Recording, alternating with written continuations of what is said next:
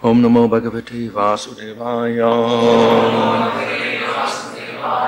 Om Namo Bhagavate Vasudevaya. Om Namo Bhagavate Vasudevaya.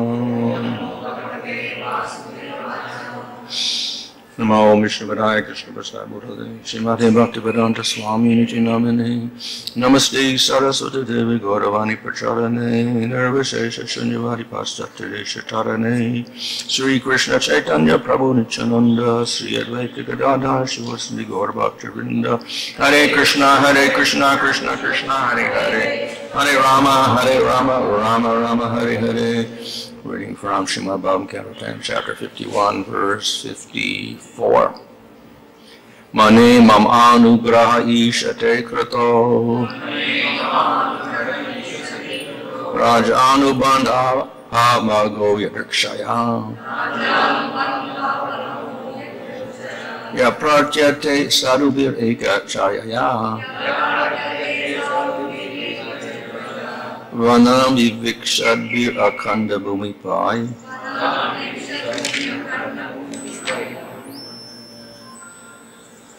Manye mamanugraha ishate krito Ajanubandha bhagamo yadvichaya Yapratyate sadhuvirekacharya Shadvi akanda bhumifai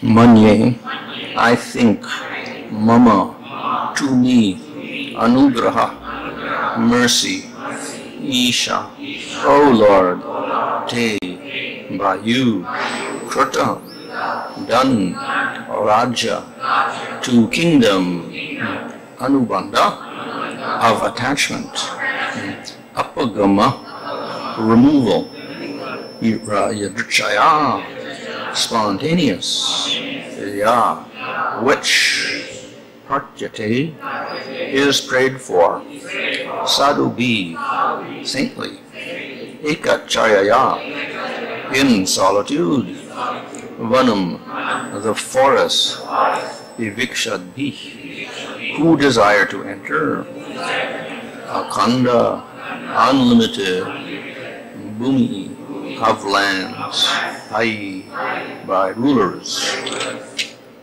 Translation. My Lord, I think you have shown me mercy since my attachment to my kingdom has spontaneously ceased.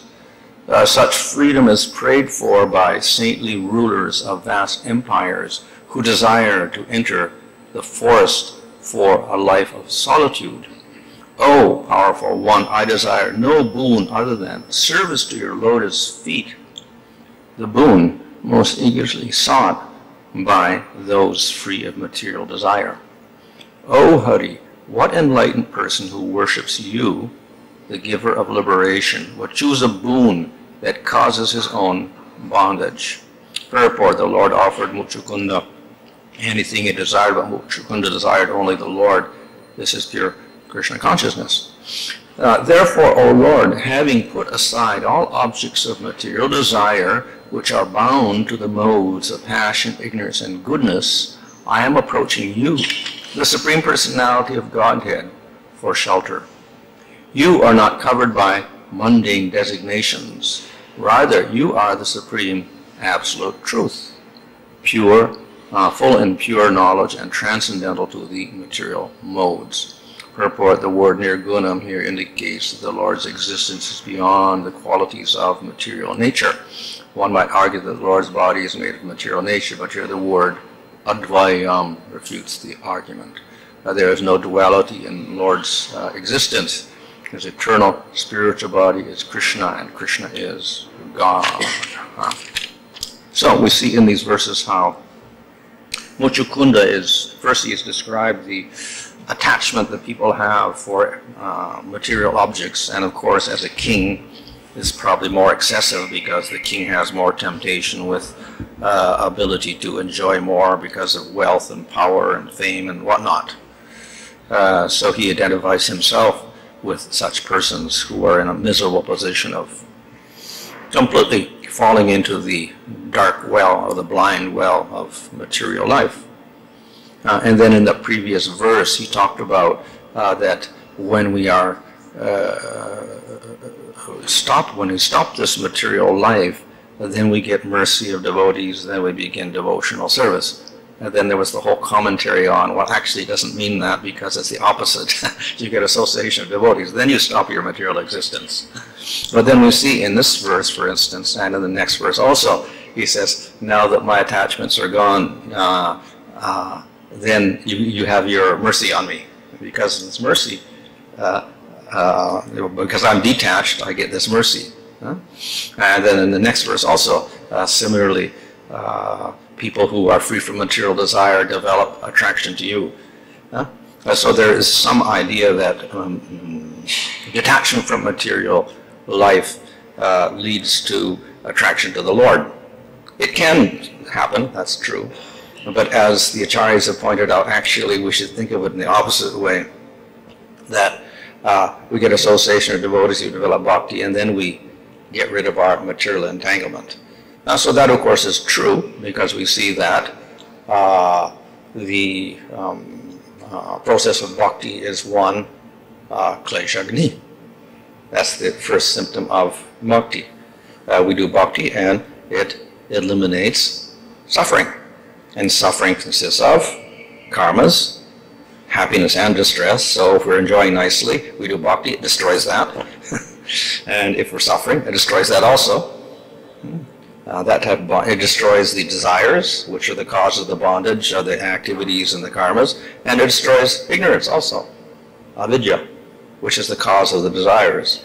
So all of this is destroyed by the process of bhakti.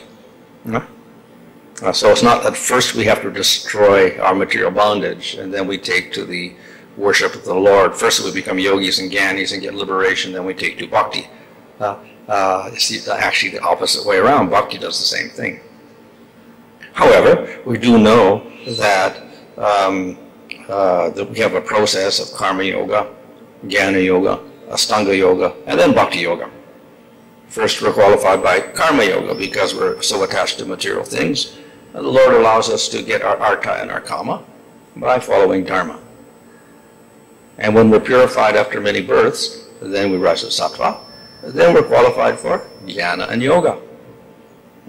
And then when we're fixed in detachment from the material world, as is mentioned here, then we can take to bhakti. So there's that type of attitude is there, view is also there in the scriptures, even in Bhagavad Gita. But we also know that not every jnani or yogi takes to bhakti, and in fact it's the opposite. And we see in Bhagavatam, it also says qualification for bhakti as quoted in Nectar Devotion. Also, qualification is not too much material attachment and not too much detachment. We become very detached due to yoga and jnana, and then we're not attracted to bhakti at all. We end up going into impersonal Brahman instead and doing tapasyas and meditating on Brahman. And if we're too attached, obviously, then we'll just stick to the karma yoga and try to get our desires that way. So, in other words, becoming too detached also is not a qualification for bhakti. So, therefore, the acharyas explain that the qualification is not that we've destroyed our material attachments and then we automatically somehow get mercy of devotees and whatever. Rather, the sequence is that whatever position we're in, attached or unattached, if we get the mercy of devotees, then we can take to the process of bhakti. So even if we become a jnani and yogi and we don't get the mercy of devotees, fine, then we don't get it. So the previous verse said that when we are said, if we are detached from material energy, etc., then we may get the mercy of devotees, and then we can advance. So that's a true statement, but not necessarily that simply because you become detached, then automatically the devotees are obliged to give you mercy. So that doesn't make sense. And of course, the devotees also, what do? They avoid, they don't preach to the people who are inimical to bhakti. So if they're jnanis and yogis and say, we don't believe in the Lord and we want to merge into Him and the Lord has a material form or whatever, then they won't preach to them at all. So they won't give them any mercy. So the actual process is that the mercy of the devotees is open to all different types of persons. Maybe a jnani and yogi if they're not offensive. Maybe a karmi who's materially attached. Maybe someone who's not even new in varnashram system at all. Maybe a sapacha or a malacha or whatever, yavana. And the devotee may give mercy to those persons also. If he feels that he is receptive or whatever, like that, or neutral, then he may give mercy. And then they can start the process of bhakti. And in that process of bhakti, material attachments decrease and eventually are annihilated. So that's the really true perspective. And that's why the acharyas go to the trouble and say, this verse actually doesn't mean this, it means the opposite.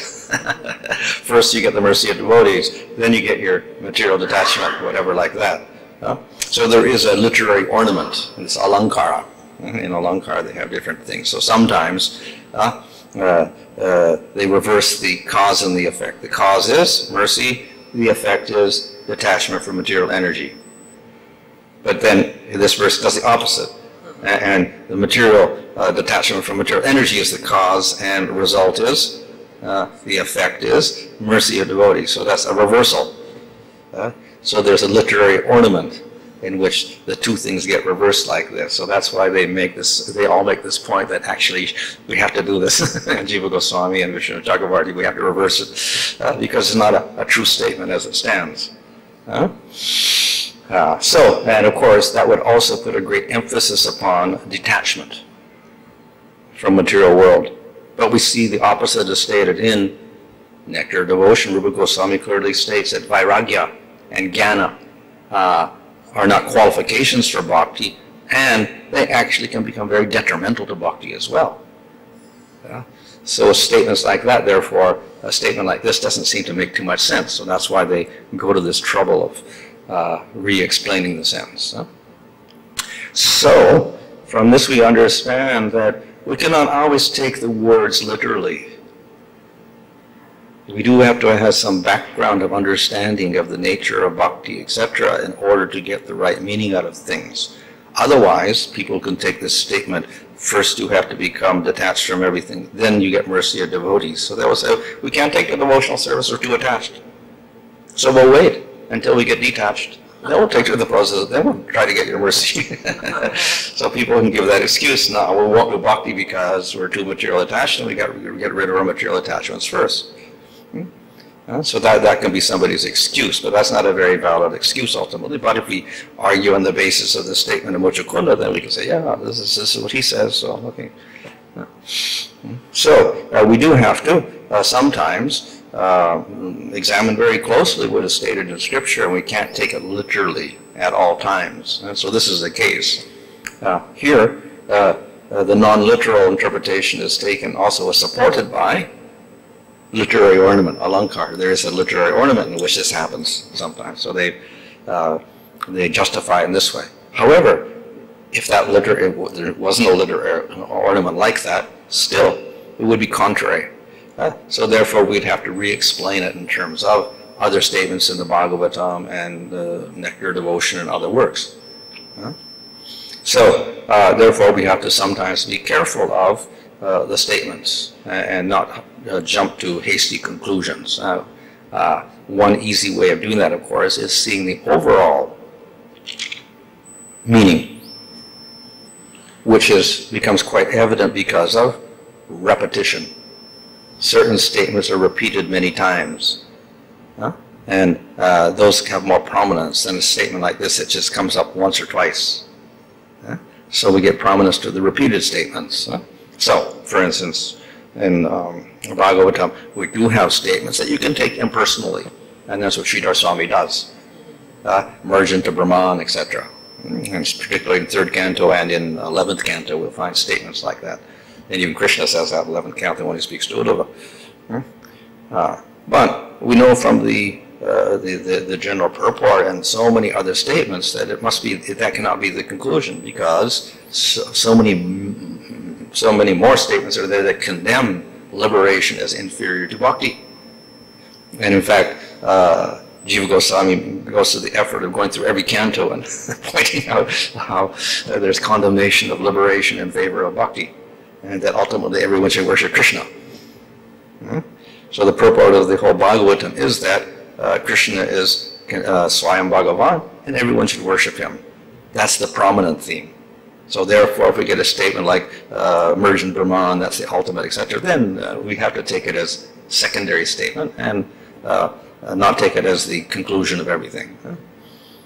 So we have to take the primary meaning, which is we derive from a repetition of statements and the beginning statement and conclusion of the Bhagavatam, etc. Which means sometimes we have to think very closely, but then to help us, we have the acharyas who explain everything nicely for us. So that's why we have a parampara system, and we consult the commentaries of the acharyas before we jump to conclusions about things. And this way we don't make any mistakes about the conclusions of the scriptures. So this is a very good example of this, of how detachment is there, but we shouldn't overemphasize it as the primary prerequisite for developing bhakti, etc.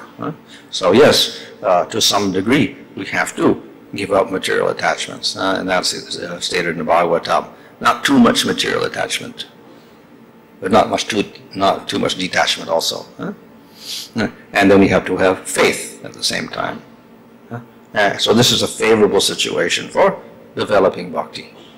If we have too much attachment, we're more likely or won't have much faith, and we'll do karma yoga instead. If we got too much detachment and a very little faith, then we'll gravitate towards jnana yoga or ashtanga yoga for liberation instead. So we have to be not too much detachment, not too much attachment. Of course, Bhagavatam says, in the beginning, and also nectar devotion, yes, some detachment necessary. So not too much attachment, some detachment, but not excessive. So this makes the process a little bit easier. You can take to bhakti without having to take to jnana and yoga first and perfecting that. So at the same time, we cannot simply involve ourselves in karma yoga. We have to be a little bit unattached to that as well. So the process of bhakti, therefore, is a middle path. Not too much attachment, not too much detachment. And in this way, it's much easier for people to follow, because it doesn't go to extremes. So here, Mochukunda has expressed the idea that about they shouldn't have any attachments. So, and because of that, I've lost my attachments. Therefore, you show your mercy to me. But again, we cannot take that as the ultimate. The Lord shows mercy. Why? Because of devotion. The Lord is attracted not to detachment, he's attracted to bhakti. Huh? The Lord is not interested in jnana, yoga, sankhya, all these different things, but he is attracted to bhakti. Mm-hmm.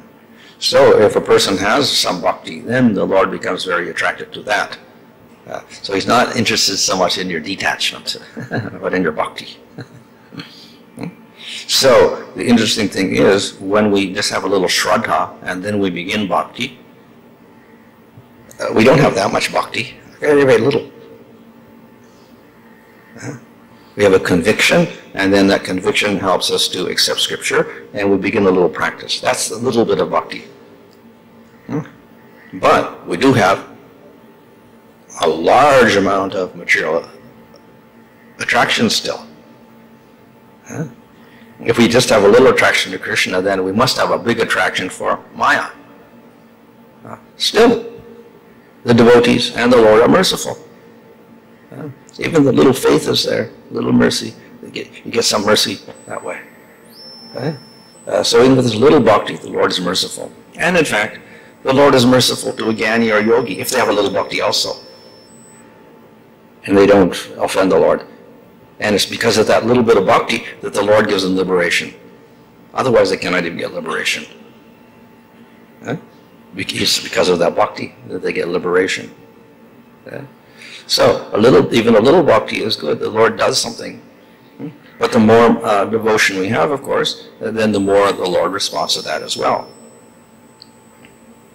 So to the degree that the bhakti increases, the material attachment decreases. So that's why we say first you get the mercy and you perform the bhakti, then the material detachment, because automatically, as we do bhakti, the material attraction should decrease and decrease and decrease. The more bhakti, the less material attraction. We have two types of mamata, or possessiveness. So when we're completely in the material world, yes, completely material possessiveness. We want things for ourselves. Opposite is prema, complete possessiveness of Krishna. And they're completely opposite. So if it's completely attraction to material energy, it's very difficult to do bhakti and to get the mercy, etc. Because, as I said, you have to have not too much material attraction. You're completely attached, very, very difficult. A person will not accept mercy. So, of course, we have the process of accidental bhakti, agyata sukriti. So even those who are completely material attached, if they get agyata sukriti, then that form of bhakti decreases slightly, that complete material possessiveness, and they get a little bit of faith in the Lord. When it becomes strong enough, then it's called shraddha, and it becomes evident, that externalized, and the person becomes interested, or at least not negative towards devotional things, and he becomes a little interested. So at that point, the material attraction has decreased a little bit. Not too much material attachment. Why? Because of the agyata sukriti caused by mercy of devotees. So mercy of devotees comes first, then we get the decrease, then we get the shraddha manifesting. So that shraddha is not simply it's the prerequisite of bhakti itself. And how did that arise? Because of the mercy and the bhakti, accidental bhakti.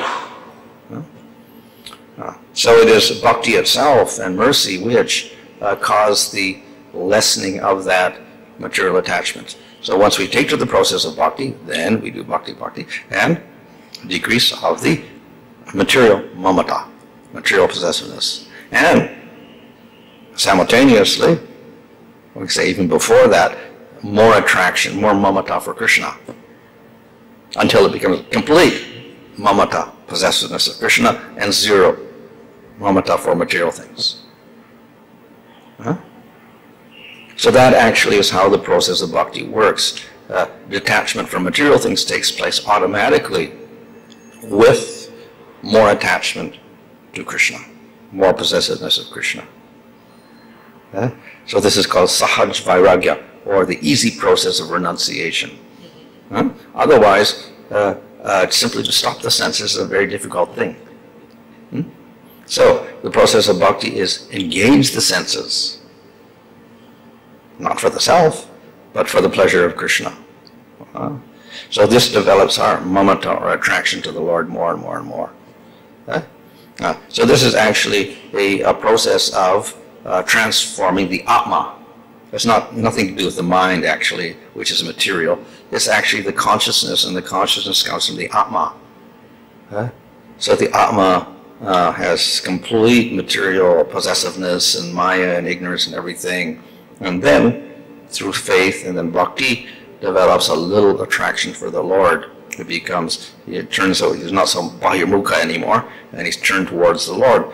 And he develops more and more attraction to the Lord, and his material attractions become less and less. So this is actually something which happens in the Atma itself, by his choice.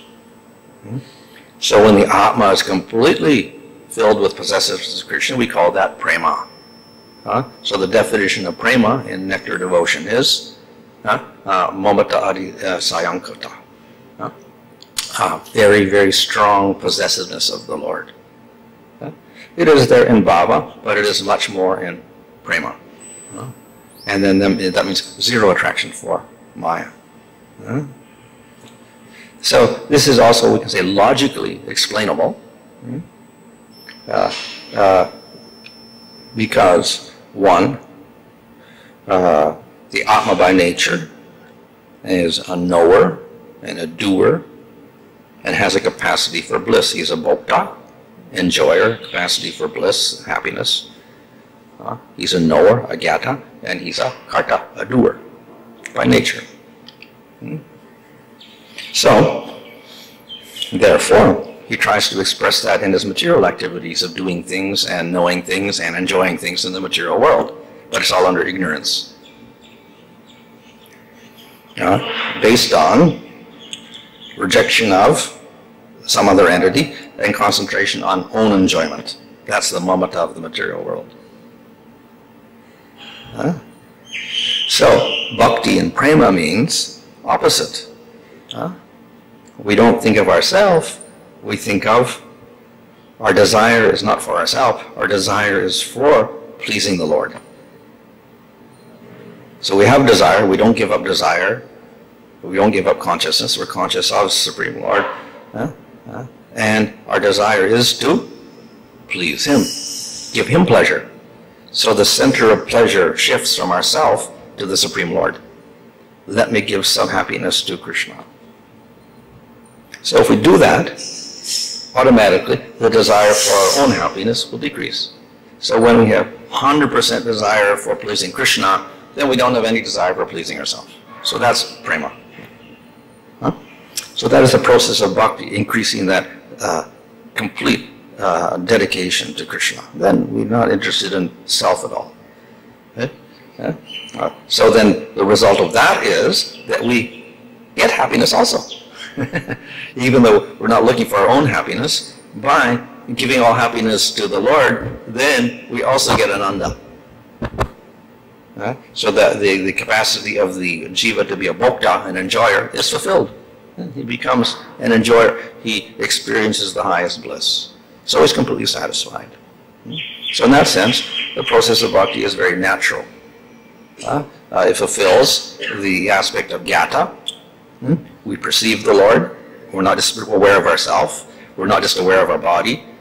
And if we're aware of only Brahman, we're not aware of anything except ourself, ultimately, of Atma. So there's no real exercise of consciousness of knowing. He can't be a real gyata. He's only self-aware in that state. And he can't do anything if he's in Brahman. And if he does activity in the material world, he creates karma and suffering and ignorance. So, in the spiritual world, we become a doer because we get a spiritual body and we can do things. But those actions are in relation to Supreme Lord for His pleasure. That is prema.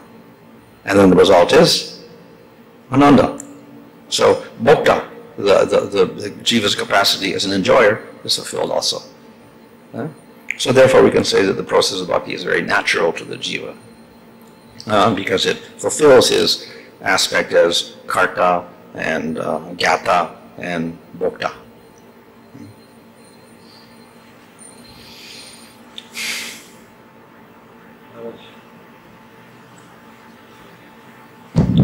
Thank you very much for that very deep class, Maharaj. I have two questions. One is about what you said initially, that by association of devotees one develops detachment as a consequence of association of devotees. In the case of Muchukunda, he is a person who was benedicted with a blessing to be able to see Krishna face to face.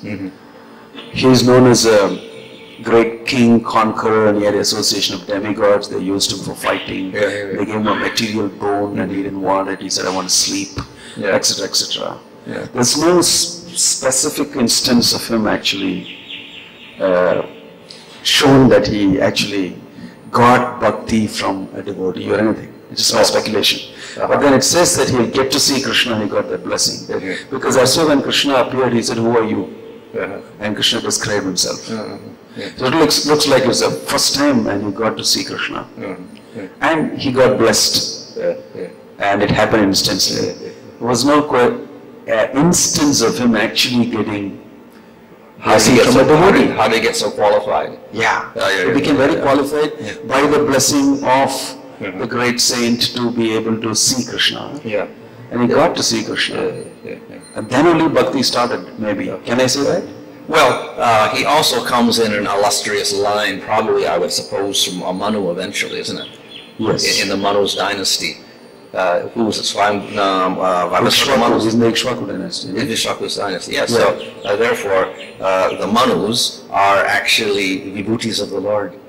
They're empowered by the Lord, like Deva does. They're empowered to spread Dharma and Bhakti. So therefore the lines themselves by their nature have Bhakti and Dharma mixed. They'll usually think of the Dharma aspect. The kings are there to establish a Varnashram system and rule over the kingdom nicely. But as in the case of Ambarish and Dhruva and Priyavrata, so many of them were great devotees as well. So obviously they got some privilege arranged by the Supreme Lord for Bhakti as well. So most of them would have Bhakti. We have a few extraordinary examples like King Vena, who came in the line. He was completely opposite, but there was a story behind that also. But generally we do have Bhakti simply because of the environment they're in and the line they're in, that somehow they have developed Bhakti as the kings traditionally were devotees. So it may have not been the greatest Bhakti, but at least it was there. But then we can say that that blessing was also mercy in one sense, that he got the blessing that he would meet the Supreme Lord, whatever like that. So that's sort of mercy also. Other details we really don't know. But obviously in order to meet the Lord, there has to be some sort of qualification, unless it is completely kripa, mercy. Like in giving mercy to Putana and the demons. Yes, that's mercy. Obviously, they don't have any qualification. It's the Lord himself. But because he was in a line of Manu, there is some qualification right there for, like getting to see the Lord.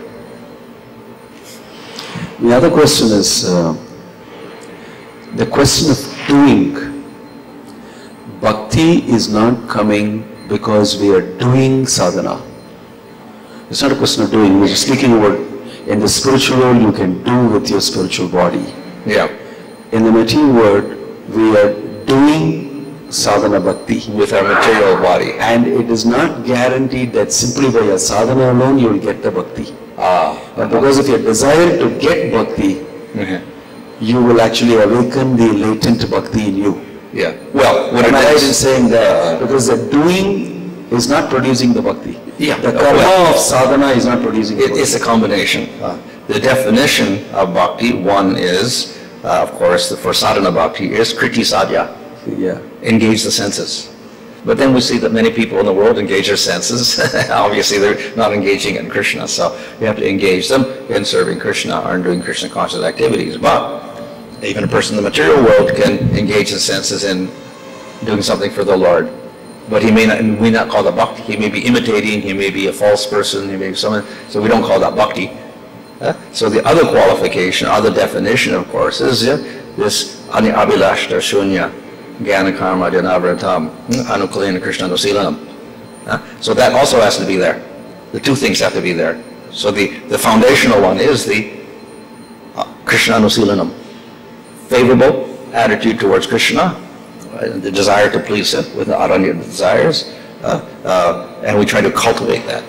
So that's the initial beginning of bhakti, definition of bhakti. And then in sadhana bhakti, we engage the senses to do that.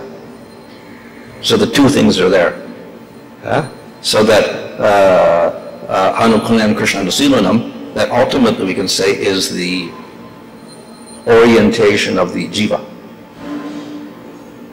That he's willing to give up material desires and try to please the Lord. Based on that, he engages the senses. And this is that whole thing is called bhakti. And when we do that, then that this Krishna Anusilanam, it starts out a little, this begins to grow and grow in the jiva. So it becomes more eager to serve the Lord favorably, more eager to serve the Lord favorably, and develops as he engages the senses more on the basis of that initial favorability and faith and whatever. So the two things are simultaneously going on, the internal development and the external activities, and they support each other.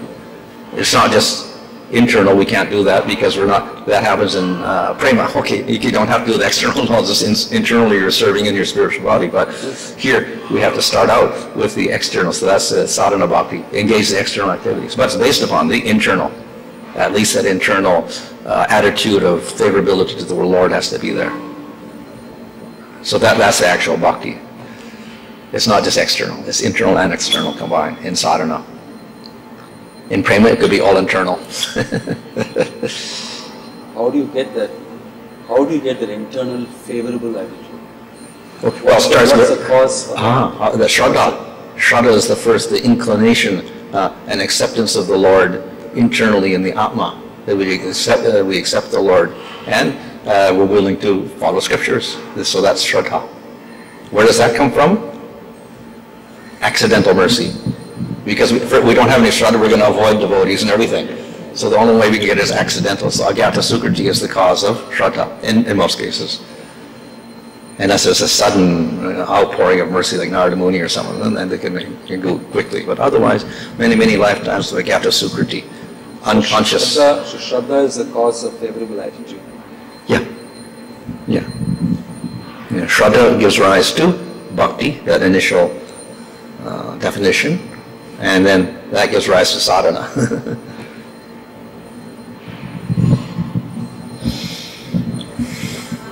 Regarding this, Maharaj's first question regarding this, Muchukunda got mercy, that Gargamuni gave benediction to Muchukunda.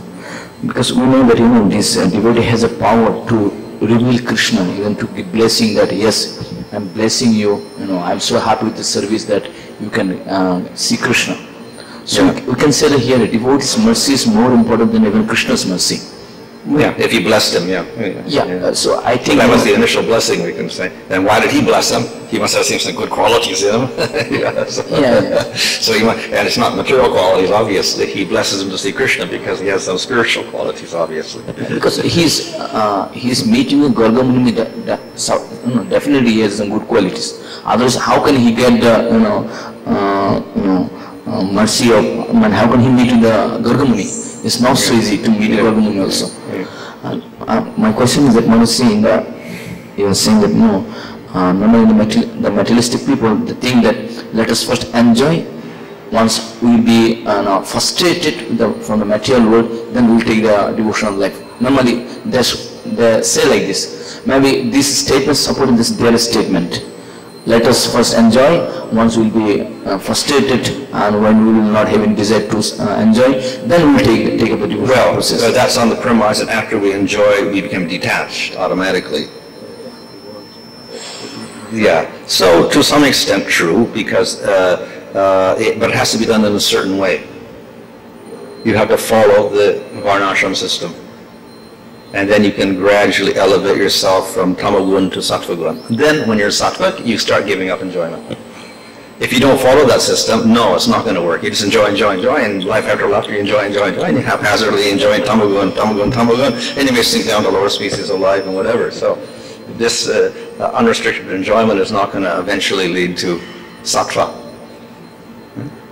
The only way it could is that you get so much suffering in tamagun that you get so frustrated that then you may choose to do something different, but then you have to get some mercy of devotees or something, some enlightenment. Otherwise, you're going to go further and further into tamagun. We see in a many example in Srimad Bhagavatam, like Maharaj Ayati. He was also enjoying so much, and when he got frustrated, then he take up the devotional service. That means this process is supporting the same thing. But even Narad also first, tried to instruct him, but he couldn't accept it because he was so much inclined to sense enjoyment. You can say this. So means this statement supported, their occupation. Even before that, that people are so much with the varnashram system. Let us first enjoy because the sannyasa comes the last only. It's not the beginning. So what I feel that maybe because of this, people are following the varnashram system. So this statement is given that let us first enjoy. There's one will be frustrated, then you can take up the devotional life. Yeah, so it's partially correct. It's not completely correct. That's all. It doesn't automatically lead to bhakti. Simply detachment does not automatically bhakti, and material attachment does not automatically lead to detachment. If we have a system, varnashram system, gradually we become detached. If we become beginner and we take sannyas, we become detached. But even that, we may not become devotees after that unless we get mercy. Second question is, Manus, you are saying that like jnana and vairagya, normally, to perform the devotional services, normally we have to follow, accept minimum jnana and vairagya. We need this. And this is also accepted, in the beginning of the devotional life. A little bit favorable in the beginning. But later we reject it. Well, because if we are too attached to them, it'll lead us to become jnanis and yogis instead of bhaktas. So here this jnana and vairagya, both are, which jnana and which vairagya is explained actually. Is a jnana about the Atma or something else? Yeah. Knowledge of soul and ultimately Brahman, that jnana is a little bit okay in the beginning. I'm not the body, etc. That part of jnana okay.